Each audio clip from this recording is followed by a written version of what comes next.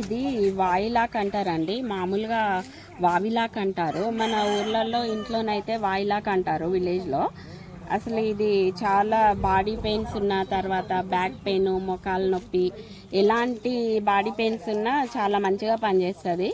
ఇంకా వెనకట రోజుల్లోనైతే మన డెలివరీ అయిన వాళ్ళకు బాడీ పెయిన్స్, బ్యాక్ పెయిన్ ఉంటుందని వేడి నీళ్ళల్లో మరగబెడుతున్నప్పుడు వేడి నీళ్ళల్లో వేసేవాళ్ళు. ఇప్పుడు మాత్రం మనకి ఇది కనుమరుగైపోతుంది సిటీలో కాబట్టి ఎవరు దీన్ని యూజ్ చేయట్లేదు. ఇప్పుడు జనరేషన్కి ఈ వావిలాక్ అంటే ఏంటో కూడా తెలియదు.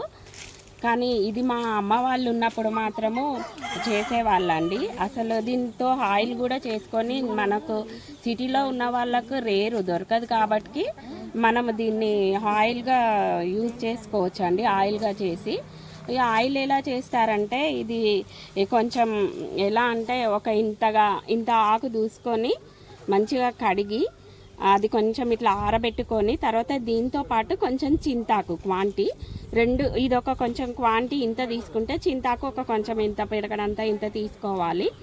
ఇది రెండు తీసుకొని నువ్వుల నూనెలో వేసి చాలా బాయిల్ చేయాలి, మరగబెట్టాలి.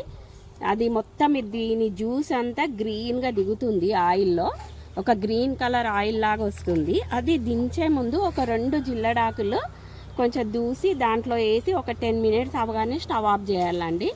ఈ ఆయిల్ అంతా తీసి ఆయిల్ చల్లారిన తర్వాత ఒక నిల్వ గ్లాస్లోని స్టోర్ చేసుకొని స్నానానికి వెళ్ళే ముందు పెయిన్స్ అనిపించినప్పుడు ఈ ఆయిల్తో మర్దన చేసుకుంటే బాడీ పెయిన్స్ తగ్గుతాయండి.